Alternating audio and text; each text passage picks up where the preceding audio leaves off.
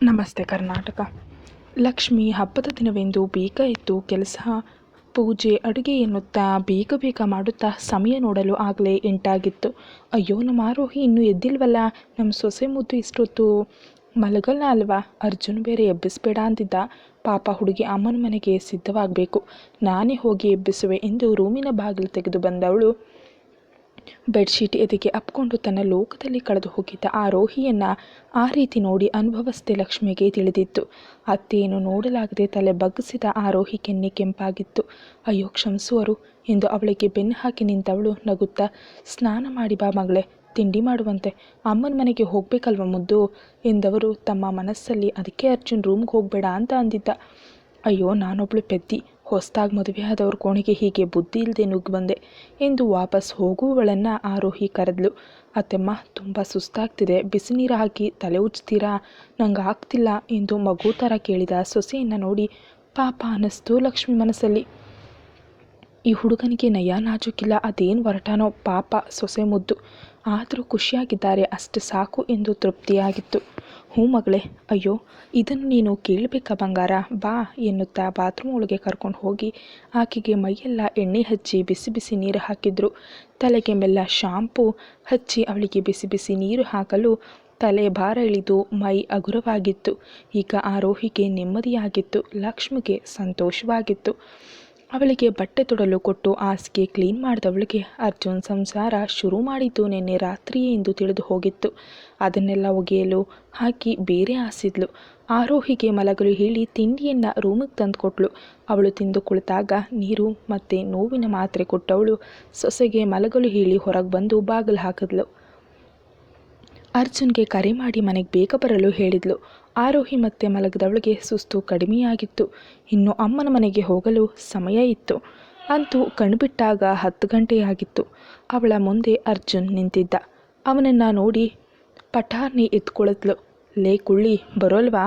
ನೆನ್ನೆ ಎಲ್ಲ ಕೂಗಾಡ್ತಿದ್ದೆ ಅಮ್ಮನ ಮನೆಗೆ ಹೋಗಬೇಕು ಅಂತ, ಈಗ ನೋಡಿದರೆ ಹೀಗೆ ನಿದ್ದೆ ಮಾಡ್ತಿದ್ಯಾ? ಒಂದು ದಿನಕ್ಕೆ ಹೀಗಂದರೆ ಮುಂದೆ ಹೆಂಗಮ್ಮ ನಿನ್ನ ಕತೆ ಎಂದು ಮೀಸೆ ತಿರುವುತ್ತಾ ರೇಗಿಸ್ತವನ್ನ ನೋಡಿ ನಮ್ಮ ಹುಡುಗಿಗೆ ಕೋಪ ಬಂತು. ಆರೋಹಿ ಅವನನ್ನು ನೋಡುತ್ತಾ, ಎಲ್ಲ ನಿಮ್ಮಿಂದ ತಾನೇ, ರಾತ್ರಿಯೆಲ್ಲ ಮಲಗೋಗ್ಬಿಟ್ಟಿಲ್ಲ, ಈಗ ನಂಗೆ ಹೇಳ್ತೀರಾ ಎಂದು ಮೂತಿ ತಿರುಗಿಸ್ತವಳ ಮೂಗು ಹಿಡಿದ ಅರ್ಜುನ್ ಅವಳ ಪುಟ್ಟ ಮೂಗುತಿಗೆ ಮುತ್ತು ಕೊಟ್ಟಿದ್ದ.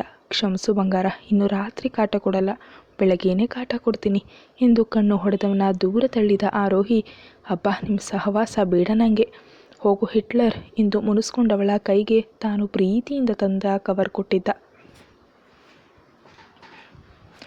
ಓಪನ್ ಮಾಡಿ ನೋಡಿದವಳಿಗೆ ಕಣ್ಣು ತುಂಬಿ ಬಂತು. 2 ತಿಂಗಳ ನಂತರ ಅರ್ಜುನ್ ಕೊಡ್ತಿದ್ದ ಉಡುಗೊರೆ ಕೆಂಪು ಮತ್ತು ಬಂಗಾರದ ಅಂಚಿನ ರೇಷ್ಮೆ ಸೀರೆ ಮತ್ತು ಬಂಗಾರದ 2 ಬಳೆಗಳು, ಹಾಗೂ ತಾನು ಎಂದು ಚಿಕ್ಕವಳಿರುವಾಗ ಇಷ್ಟಪಟ್ಟು ಅಮ್ಮನ ಹತ್ರ ಕೇಳಿದ ಮುತ್ತಿನ ಬಂಗಾರದ ಜುಮುಕಿ ಎಲ್ಲವನ್ನೂ ಕೈಯಲ್ಲಿ ಮುಟ್ಟುತ್ತಾ ಎದ್ದು ನಿಂತು ಅರ್ಜುನ್ ತುಂಬ ಥ್ಯಾಂಕ್ಸ್ ಎಂದು ಅಪ್ಪಿದವಳ ತಲೆ ಸವರ್ದ. ಲೇ ಕುಳ್ಳಿ, ಬೇಗ ಸೀರೆ ಉಟ್ಟು ಬಾ, ನೋಡು ನೀನು ಇಷ್ಟಪಟ್ಟದ್ದು ಎಲ್ಲ ಕೊಟ್ಟಿದ್ದೀನಿ.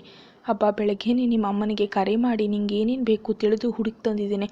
ಅಮ್ಮನ ಮನೆಗೆ ಹೋದ್ಮೇಲೆ ನನ್ನ ಮರಿಬೇಡ, ನನ್ನ ಜೊತೆಗೆ ವಾಪಸ್ ಬರಬೇಕು, ಇಲ್ಲ ನಿಮ್ಮ ಅಮ್ಮನ ಮನೆಯಿಂದ ಹೆಗಲ ಮೇಲೆ ಹೊತ್ಕೊಂಡು ಬರಬೇಕಾಗುತ್ತೆ ಎಂದು ನಗ್ತ. ಆರೋಹಿ ಅವನ ಎದೆಗೆ ಗುದ್ದುತ್ತಾ, ಥೂ ಹೋಗ್ರಿ ನೀವು ಎಂದವಳ ಕೆನ್ನೆಗೆಲ್ದ. ಅರ್ಜುನ್ ಅವಳ ಗಲ್ಲವನ್ನು ಹಿಡಿದು, ಲೇ ಬಾಯ್ ಬಡ್ಗಿ, ಈಗ ಹೇಳೆ ಸುಂದ್ರಿ, ಮುತ್ತಿಗೆ ಮಕ್ಕಳಾಗತ್ತಾ ಎಂದವನ ರೂಮ್ನಿಂದ ಹೊರಗೆ ತಳ್ಳಿ ಬಾಗಿಲು ಹಾಕ್ತವಳು ಅವನು ಕೊಟ್ಟ ಉಡುಗೊರೆಯನ್ನು ಎದೆಗೆ ಅಪ್ಕೊಂಡು, ನಿಮ್ಮಂಥ ಗಂಡ ಪಡೆದ ನಾನೇ ಪುಣ್ಯವಂತೆ, ಸಾರಿ ನಿನ್ನೆ ಕೋಪ ಮಾಡಿಕೊಂಡು ಎಷ್ಟು ಬೈದೆ, ಇನ್ಯಾವತ್ತೂ ನಿಮ್ಮ ಹತ್ರ ಜಗಳ ಆಡಲ್ಲ ಅರ್ಜುನ್ ಎನ್ನುತ್ತಾ ಕುಳಿತವಳು, ಅಯ್ಯೋ ನನಗೆ ಸೀರೆ ಉಡೋದಕ್ಕೆ ಬರಲ್ಲ ಎಂದು ಬಾಗಿಲು ತೆಗೆದು ಅರ್ಜುನನ್ನು ಕರೆದ್ಲು. ಅವನನ್ನು ತಳ್ಳಿ ಬಾಗಿಲು ಹಾಕ್ತವಳು ಮತ್ತೆ ಏನು ನೆನಪಿಸ್ಕೊಂಡು ಬಾಗಿಲನ್ನು ತೆಗೆದು, ರೀ ನನಗೆ ಸೀರೆ ಉಡೋಕೆ ಬರಲ್ಲ, ಅತ್ತೆನ ಕರೀರಿ ಪ್ಲೀಸ್ ಎಂದವಳ ನೋಡಿ ನಗುತ್ತಾ ಅರ್ಜುನ್ ಒಳಗೆ ಬಂದು ಬಾಗಿಲು ಹಾಕ್ತ.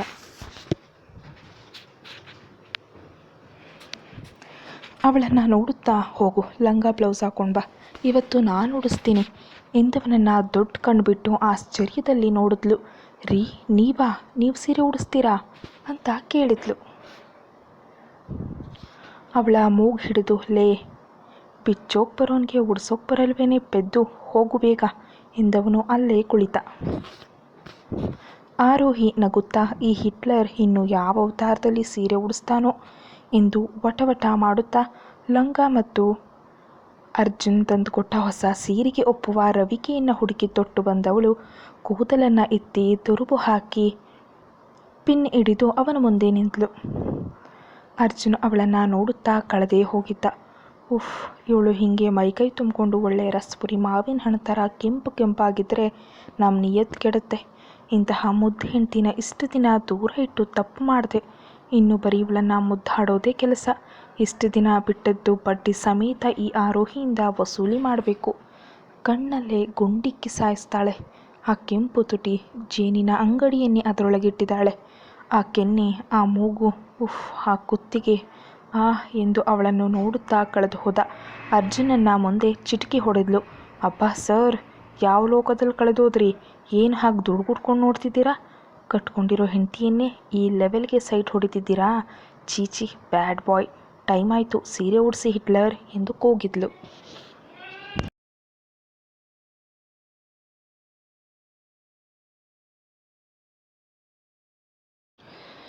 ಸೀರೆಯ ಅಂಚನ್ನು ಹಿಡಿದ ಅರ್ಜುನ್ ಅವಳನ್ನು ನೋಡುತ್ತಾ, ನೀನು ಕಣೆ ಬ್ಯಾಡ್ ಗರ್ಲ್, ನಿನ್ನೆ ಗಂಡ ಅಷ್ಟು ಮುದ್ದು ಮಾಡ್ತಾ ನಾನೇನು ನಿನಗೆ ಮಾಡಬಾರ್ದು ಮಾಡಿದೆ ಅಂತ ಅಳ್ತಿದ್ದೆ. ಸ್ವಲ್ಪ ಅಡ್ಜಸ್ಟ್ ಮಾಡ್ಕೊಂಡಿದ್ರೆ ಹೇಗಿರ್ತಿತ್ತು ಗೊತ್ತಾ? ಏನೋ ನಾನು ನಿನ್ನ ತಿನ್ನೋ ಥರ ಒದ್ದಾಡ್ತಿದ್ದೆ. ಬಿಡಿ ಬಿಡಿ ಅಂತ. ಮಗು ಬೇಕು ಅಂದವಳು ನೀನೇ, ಆಮೇಲೆ ಅತ್ತಿದ್ದು ನೀನೇ. ಇನ್ನು ಅದು ಹೇಗೆ ಮಗು ಹೆತ್ತು ನನ್ನ ಕೈ ಕೊಡ್ತೀಯಾ? ಅಪ್ಪ, ನಿಜ ನಿನ್ನಂಥ ಬಾಯ್ಬಡಿಕೆಯನ್ನು ಸಂಭಾಳಿಸೋಕೆ ನನಗೆ ಸುಸ್ತಾಗಬೇಕು. ಆದರೆ ಇಲ್ಲಿ ಉಲ್ಟಾ ಕಣಪ್ಪ, ನೀನೇ ಸುಸ್ತಾಗಿ ಮಲಗಿದ್ದೆ ಅಂತ ಅಮ್ಮ ನನಗೆ ಫೋನ್ ಮಾಡಿ ಬೈತಿದ್ರು ಗೊತ್ತಾ ಗೂಬೆ. ಅವ್ರಿಗೇನು ಗೊತ್ತು, ಈ ನಮ್ಮ ಕುಳ್ಳಿ ಆರೋಹಿಗೆ ರಾತ್ರಿ ಮೈ ಮೇಲೆ ದೆವ್ವ ಬಂದು ಹಾಗಾಡ್ತಿದ್ಲು, ಈ ಅರ್ಜುನ್ ಅವಳ ದೆವ್ವ ಬಿಡಿಸಿತ್ತು ಅಂತ. ಆಹಾ, ಈಗ ನೆಟ್ಟಗೆ ನಿಂತ್ಕೋ. ಹಾಗೆ ಹಿಂಗೆ ಆಡಿದ್ಯೋ ಸರಿ ಇರಲ್ಲ. ರೆಡಿನ ಕುಳ್ಳಿ ಎಂದು ಹುಬ್ಬು ಹಾರಿಸ್ದ. ಅವನ ಮಾತು ಕೇಳಿ ನಗುತ್ತಾ, ಸಾರಿ ರೀ, ಇನ್ನು ನಾನು ಹಾಗೆಲ್ಲ ಆಡೋಲ್ಲ. ಆದರೆ ನೀವು ರಾತ್ರಿ ಲೇಟಾಗಿ ಬಂದರೂ ಇನ್ನು ಮುಂದೆ ದೆವ್ವ ಮೈ ಮೇಲೆ ಬರಲ್ಲ, ಭದ್ರಕಾಳಿ ಬರ್ತಾಳೆ. ನಿಮ್ಮನ್ನು ಒಳಗೆ ಬಿಡೋಲ್ಲ, ಅಲ್ಲೇ ಹೊರಗೆ ಮಲಗಬೇಕು, ಗೊತ್ತಾಯ್ತಾ ಎಂದು ನಕ್ಕವಳಿಗೆ ಅರ್ಜುನ್ ಕೈ ಮುಗಿಯುತ್ತಾ, ಅಮ್ಮ ಮಹಾತಾಯಿ, ಆ ರೀತಿ ಎಲ್ಲಾದರೂ ಮಾಡಿಬಿಟ್ರೆ ಈ ಹಾಳು ಗಂಡು ಜನ್ಮ ತಡ್ಕೊಳ್ಳಲ್ಲ ಕಣೆ. ನನ್ನ ಜಾಣ ಮರಿಯಲ್ವಾ, ನನ್ನ ಮುದ್ದು ಬಂಗಾರಿ ಅಲ್ವಾ. ಇನ್ನು 7 ಗಂಟೆಗೆ ನೀನು ಎದುರಿಗೆ ಬರ್ತೀನಿ, ಸರಿನಾ? ಈಗ ಬಾ ಬೇಗ, ನಿಮ್ಮಮ್ಮ ಕಾಯ್ತಿರ್ತಾರೆ ಎಂದು ಸೀರೆ ಉಡಿಸಲು ನಿಂತ. ಹ್ಞೂ, ಇದಕ್ಕೇನು ಕಮ್ಮಿ ಇಲ್ಲ ಹಿಟ್ಲರ್ ಎಂದವಳ ಕೈ 2 ಮೇಲೆ ಎತ್ತಲು ಹೇಳ್ದ. ಹಾಗೆ ಕೈಗಳನ್ನು ಮೇಲೆತ್ತಿ ನಿಂತ ಆರೋಹಿಯ ಸೊಂಟಕ್ಕೆ ಸೀರೆ ಸಿಕ್ಸುತ್ತಾ ಒಂದು ಸುತ್ತು ಹಾಕ್ದವನು ಸೆರಗಿನ ನೆರಿಗೆ ಮಾಡಿ ಹಾಕಿದ್ದ. ಆರೋಹಿ ಅವನ ಅತಿ ಸನಿಹಕ್ಕೆ ನಾಚಿ ಇನ್ನಷ್ಟು ಕೆಂಪಾಗ್ತಿದ್ರೆ ಅರ್ಜುನ್ ರಾತ್ರಿಯ ಸವಿಗಳಿಗೆ ನೆನೆದು ಅವಳನ್ನು ಮತ್ತಷ್ಟು ಸೆಳೀತಿದ್ದ. ಸೊಂಟದ ನೆರಿಗೆ ತೆಗೆದವನು ಅವಳ ಹತ್ತಿರ ಬಂದಿದ್ದ. ಅರ್ಜುನ್ ಕಣ್ಣಿನ ಮಿಂಚು, ಕಟ್ಟುಮಸ್ತಾದ ದೇಹ ನೋಡಿದ ಆರೋಹಿಗೆ ಅವನ ಒರಟುತನವನ್ನು ನೆನೆದು ಮೈಯಲ್ಲಿ ಮಿಂಚು ಹರಿದಿತ್ತು. ಅವಳ ಕಣ್ಣಲ್ಲಿ ಕಣ್ಣಿಟ್ಟವನು ನೆರಿಗೆಯನ್ನು ಹೊಕ್ಕಳಿಗೆ ಸಿಕ್ಕಿಸ್ದ. ಅರ್ಜುನ್ ಎಂದು ಸಿಹಿಯಾಗಿ ಕರೆದು ಉಸಿರು ಬಿಟ್ಟವಳು ಅವನ ತುಟಿಗೆ ತುಟಿ ಸೇರಿಸಿದ್ಲು. ಇಬ್ಬರ ತುಟಿಗಳು ಬೆರೆತು ರಂಗೇರಲು ಅರ್ಜುನ್ ಅವಳ ಸೊಂಟಕ್ಕೆ ಗೆಲ್ಲುತ್ತಾ ಅವಳು ಕಟ್ಟಿದ್ದ ತರುವನ್ನು ಬಿಚ್ಚಿ ಉದ್ದವಾದ ಕೂದಲನ್ನು ಹಾರಲು ಬಿಟ್ಟಿದ್ದ. ಅವನು ಗೆಲ್ಲಿದ ನೋವಿಗೆ ಅಮ್ಮ ಎಂದು ಅರಿಸಿದವಳನ್ನು ನೋಡಿ ನಗುತ್ತಾ ಇದ್ದ ಅರ್ಜುನ್ನ ಎದೆಗೆ ಒಡೆದಿದ್ಲು. ಸುಮ್ಮನೆ ಸೀರೆ ಉಡಿಸಿ, ಹೀಗೆಲ್ಲ ಆಡಿದರೆ ನಾನು ಅತ್ತೇನು ಕರಿತೀನಿ ನೋಡಿ ಮತ್ತೆ ಎಂದು ಕೆನ್ನೆ ಊದಿಸ್ಕೊಂಡು ಮಾತನಾಡ್ತಿದ್ದವಳನ್ನು ನೋಡಿ ಅರ್ಜುನ್ ಅವಳನ್ನು ಬಿಟ್ಟಿದ್ದ. ನರಿಗೆ ಸರಿ ಮಾಡಲು ಕೆಳಗೆ ಮಂಡಿಯೂರಿ ಕುಳಿತ. ನರಿಗೆಯನ್ನು ಒಂದೊಂದೇ ಹಿಡಿದು ಸರಿ ಮಾಡುತ್ತಾ, ಲೇ ಕುಳ್ಳಿ, ಕರಿಯನಿ ಮತ್ತೇನ, ನಾನೇನು ಹೆದರೋಲ್ಲ ಎಂದು ಅವನ ಕಣ್ಣು ಬೇಡ ಅಂದರೂ ಅವಳ ಬಿಳುಪಾದ ನಾಭಿ ಮೇಲೆ ಹೋಗ್ತಿತ್ತು. ಅವಳನ್ನು ಬರಸೆಳೆದು ಹೊಕ್ಕಳಿಗೆ ತುಟಿಯೂರಿದವನು, ಅರು ಬೇಗ ಪುಟ್ಕಂದ ಬೇಕಣೆ, ಈ ನಿನ್ನ ಒಡಲಲ್ಲಿ ನನ್ನ ವಂಶ ಬೆಳಿಬೇಕು, ನಿಂತರಾನೇ ಮುದ್ದಾದ ದೇವತೆ ಬೇಕು ಎಂದು ಗಾಢವಾಗಿ ಅವಳ ಉದರಕ್ಕೆ ಚುಂಬಿಸಲು ಆರೋಹಿ ಹೂವಾಗಿದ್ಲು. ಅವನ ಪ್ರತಿ ಸ್ಪರ್ಶಕ್ಕೆ ಹಿಗ್ಗಿ ಹಿಗ್ಗಿ ನಲಿತಿದ್ಲು. ಅವನ ಪ್ರೀತಿಯ ಪರಿಗೆ ಸೋಲುತ್ತಾ, ಹ್ಞೂ ನನ್ನ ಅರ್ಜುನ್ ಬೇಕು, ಪುಟ್ಟ ಹಿಟ್ಲರ್ ಬೇಕು ಎಂದು ಅವನ ತಲೆಯ ಕೂದಲಲ್ಲಿ ಆಡುತ್ತಾ ಹೇಳಿದ ಮಡದಿಗೆ ತನ್ನ ಕೈಬೆರಳು ತೋರಿಸುತ್ತಾ, ಒಂದಲ್ಲ 3 ಮಕ್ಕಳು ಬೇಕು, ಪುಟ್ಟ ಅರ್ಜುನ್, ಪುಟ್ಟ ಆರೋಹಿ, ಹಾಗೆ ಪುಟ್ಟ ರಮ್ಯಾ ಎಂದವನ ಕಣ್ಣು ರಮ್ಯಾಳ ನೆನೆದು ಕೊಳವಾಗಿತ್ತು. ಆರೋಹಿ ಅವನ ಕಣ್ಣೊರೆಸಿ, ಈ ಮನೆಗೆ ರಮ್ಯಾ ಅಕ್ಕನೇ ಮತ್ತೆ ಹುಟ್ಟು ಬರ್ತಾಳೆ ರೀ. ನಿಮ್ಮ ನಗುವನ್ನು ಮಾತ್ರ ನೋಡುವ ಈ ನನ್ನ ಕಣ್ಣು ನಿಮ್ಮ ಕಣ್ಣೀರು ನೋಡೋಕ್ಕಾಗಲ್ಲ ಅರ್ಜುನ್, ಪ್ಲೀಸ್ ಬೇಸರ ಪಡಬೇಡ. ಕೃಷ್ಣ ಅಣ್ಣನಿಗೂ ಹೊಸ ಬದುಕು ಸಿಕ್ಕೇ ಸಿಗುತ್ತೆ, ಅವರ ಬದುಕಿಗೂ ಒಂದು ಹೆಣ್ಣಿರ್ತಾಳೆ ಎಂದವಳ ಮಾತನ್ನು ಅರ್ಜುನ್ ಸೀರಿಯಸ್ ಆಗಿ ತೆಗೆದುಕೊಂಡ. ಆರೋಹಿ ಚಿಕ್ಕವಳಾಗಿದ್ದರೂ ಬುದ್ಧಿ ಹೆಚ್ಚು. ಅವಳ ಪೆದ್ದಾಗಿ ಏನೇ ಹೇಳಿದ್ರೂ ಅದಕ್ಕೆ ಅರ್ಥ ಇದ್ದೇ ಇರುತ್ತೆ. ಅವಳು ಹೇಳಿದಂತೆ ಕೃಷ್ಣನ ಬದುಕಿಗೆ ಮತ್ತೆ ಯಾಕೆ ಇನ್ನೊಂದು ಹೆಣ್ಣು ಬರಬಾರ್ದು? ಅವನ ಬದುಕಿಗೂ ಒಬ್ಬಳಿದ್ರೆ ಒಳ್ಳೆಯದು. ಅವನಿಗೂ ವಯಸ್ಸು ಇನ್ನೂ ಇದೆ. ಅವನ ಬದುಕನ್ನು ಬೆಳಗುವ ಹೆಣ್ಣು ಎಲ್ಲಿದ್ದಾಳೋ ಎಂದು ಅರ್ಜುನ್ ಯೋಚಿಸ್ತಿದ್ದ. ಆದರೆ ಅರ್ಜುನ್ಗೆ ತಿಳಿದಿಲ್ಲ ಅವನ ತಂಗಿಯೇ ಕೃಷ್ಣನ ಬದುಕಿಗೆ ಶ್ರೀಮತಿ ಎಂದು. ಮುಂದೆ ನೋಡೋಣ.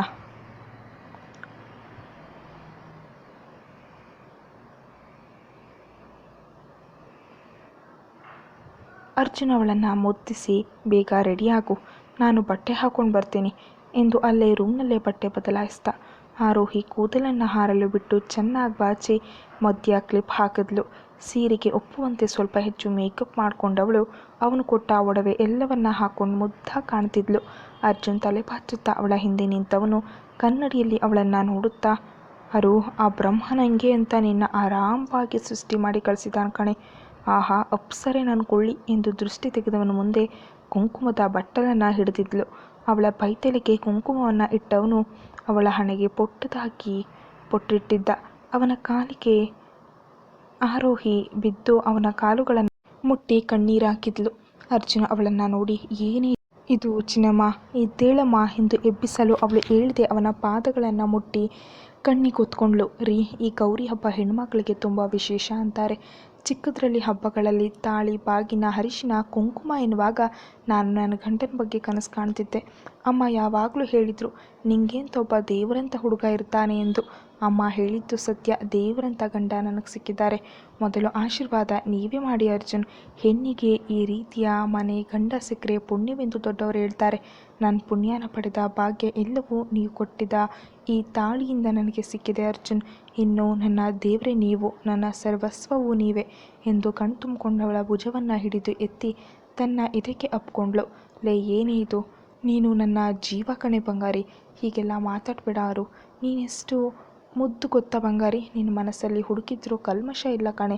ಅದೇ ಗುಣ ನಿನ್ನ ಬಂದು ಮಾಡಿರೋದು. ಈ ನಿನ್ನ ಸೌಂದರ್ಯಕ್ಕಿಂತ ದುಪ್ಪಟ್ಟು ನಿನ್ನ ಗುಣದ ಸೌಂದರ್ಯವೇ ನನ್ನ ಹೆಚ್ಚು ಸೆಳೆದಿದ್ದು. ನೀನು ಮನೆಗೆ ಸಿಕ್ಕಿದ್ದು ಭಾಗ್ಯ ಕಣೆ. ನನ್ನ ಓದಿಲ್ಲದವನು ಎಂದು ಬಿಟ್ಟು ಹೋದ ಸ್ವಾತಿ ನನಗೆ ಅವಮಾನ ಮಾಡಿದ್ಲು. ಆದರೆ ತಾಯಿ, ಅಜ್ಜ, ಅಜ್ಜಿ ಮಾತಿಗೆ ಬೆಲೆ ಕೊಟ್ಟು ನಾನು ಯಾರು ಅಂತ ಗೊತ್ತಿಲ್ಲದೆ ನನ್ನ ಮುಂದೆ ತಲೆ ಬಗ್ಸಿ ನಾನು ಕಟ್ಟಿದ ತಾಳಿಗೆ ಬದ್ಧವಾದೆ. ಹಿಂಸೆ ಎಂದುಕೊಳ್ಳದೆ ಇಡೀ ಪ್ರೀತಿಗಾಗಿ ನಾನೇ ಬೇಕು ಅಂತ ರಾತ್ರಿ ಹಗಲು ಈ ಎರಡು ಅಂಗಗಳು ನನಗಾಗಿ ಕಾದ ನೀನು ನನಗೆ ಸಿಕ್ಕ ಅಮೂಲ್ಯ ಮುತ್ತು ಅರು. ಈಗ ಹೇಳು, ಯಾರು ಅದೃಷ್ಟ ಮಾಡಿದ್ದೀವಿ ಅಂತ?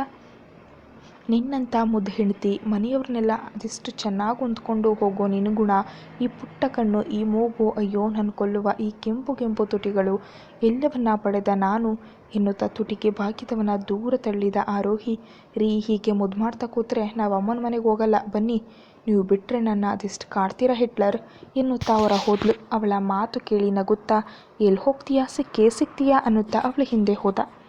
ಮುದ್ದಾಗಿ ಕಾಣ್ತಿದ್ದ ಸೊಸೆಯನ್ನು ನೋಡಿದ ನೀಲಮ್ಮ ಮತ್ತು ಲಕ್ಷ್ಮಿ ದೃಷ್ಟಿಯನ್ನು ತೆಗೆದರು. ದೇವರ ಮನೆಯಲ್ಲಿ ಇದ್ದ ಮಲ್ಲಿಗೆ ಹೂವನ್ನು ಸೊಸೆಗೆ ತಂದು ಮುಡಿಸ್ದ ಲಕ್ಷ್ಮಿ ಆರೋಹಿಗೆ ನಮ್ಮ ಮನೆ ಮಹಾಲಕ್ಷ್ಮಿ ಎಂದು ಅರಸಿದ್ರು. ನೀಲಮ್ಮ ಅವರ ಅಮ್ಮನ ಮನೆಗೆ ತೆಗೆದುಕೊಂಡು ಹೋಗಲು ತೋಟದಲ್ಲಿ ಬೆಳೆದ ಮಾವು, ತೆಂಗು, ಸೀರೆ, ತಿಂಡಿ ಎಲ್ಲವನ್ನ ದೊಡ್ಡ ಕವರ್ನಲ್ಲಿ ಕೊಟ್ಟರು. ಇನ್ನು ಅವಳ ಕೈಯಲ್ಲಿ ಲಗೇಜ್ ಇಲ್ಲದನ್ನು ಗಮನಿಸಿದ ಲಕ್ಷ್ಮಿ, ಅರು, ಅಲ್ಲಿ ಉಳಿಯೋದಿಲ್ವಾ? ಏನು ಲಗೇಜ್ ಬಟ್ಟೆ ತಗೊಂಡೇ ಹೋಗ್ತಿಲ್ಲ? ಅಮ್ಮನ ಮನೆಯಲ್ಲಿ ಒಂದು ವಾರ ಇದ್ದು ಬರ್ಬೋದಿತ್ತಲ್ವಾ ಎಂದರೆ ಆರೋಹಿ ಅರ್ಜುನನ ಮುಖ ನೋಡುತ್ತಾ, ಇಲ್ಲ ಅಮ್ಮ, ನಾನಿವರ ಜೊತೆಗೆ ಸಂಜೆ ಬರ್ತೀನಿ. ಹೇಗಿದ್ರು ಆಮೇಲೆ ಅಮ್ಮನ ಮನೆಗೆ ಬಾಣಂತನ ಶಾಸ್ತ್ರ ಎಂದು ಹೋಗಲೇಬೇಕಲ್ವಾ ಎಂದವಳು ನಾಚುತ್ತಾ ಕಣ್ಣು ಕೆಳಗೆ ಹಾಕಿದ್ಲು. ಲಕ್ಷ್ಮಿ ನೀಲಮ್ಮ ನಗ್ತಿದ್ರೆ ಅರ್ಜುನ್ ಆರೋಹಿಯನ್ನು ನೋಡುತ್ತಾ, ಅರು, ನೀನು ಬಾಣಂತನ ಕೂಡ ನಮ್ಮ ಅಮ್ಮನೇ ಮಾಡೋದು. ಅಷ್ಟು ದೂರ ಎಲ್ಲ ನಾನು ನಿನ್ನ ಕಳಿಸೋಲ್ಲ, ಮೊದಲೇ ಹೇಳಿದ್ದೀನಿ. ಆಮೇಲೆ ಅಮ್ಮನ ಮನೆ ಅಂತ ಹಠ ಮಾಡಿದ್ರೆ ನೋಡು.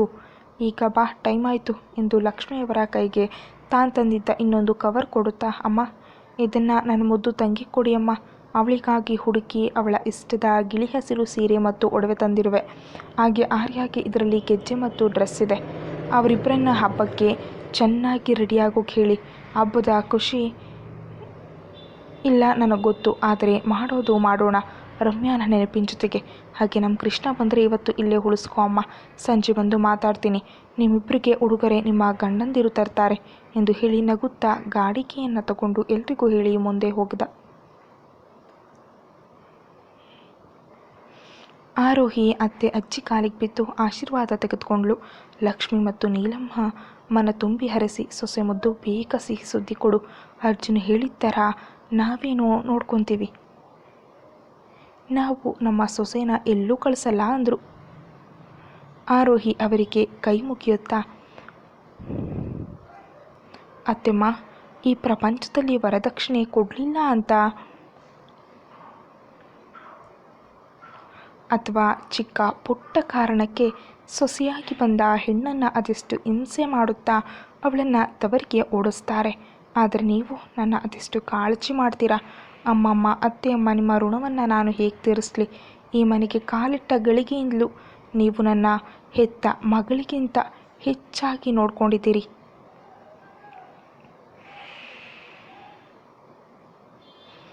ನಿಮ್ಮ ಪ್ರೀತಿಗೆ ನಾನು ಅದೆಷ್ಟು ಜನ್ಮ ಹೆತ್ತು ಬಂದರೂ ಋಣ ತೀರಿಸಲಾರೆ ಅತ್ತೆಮ್ಮ, ಅಮ್ಮಮ್ಮ ಎಂದು ಕಣ್ತುಂಬಿಕೊಂಡ್ಳು.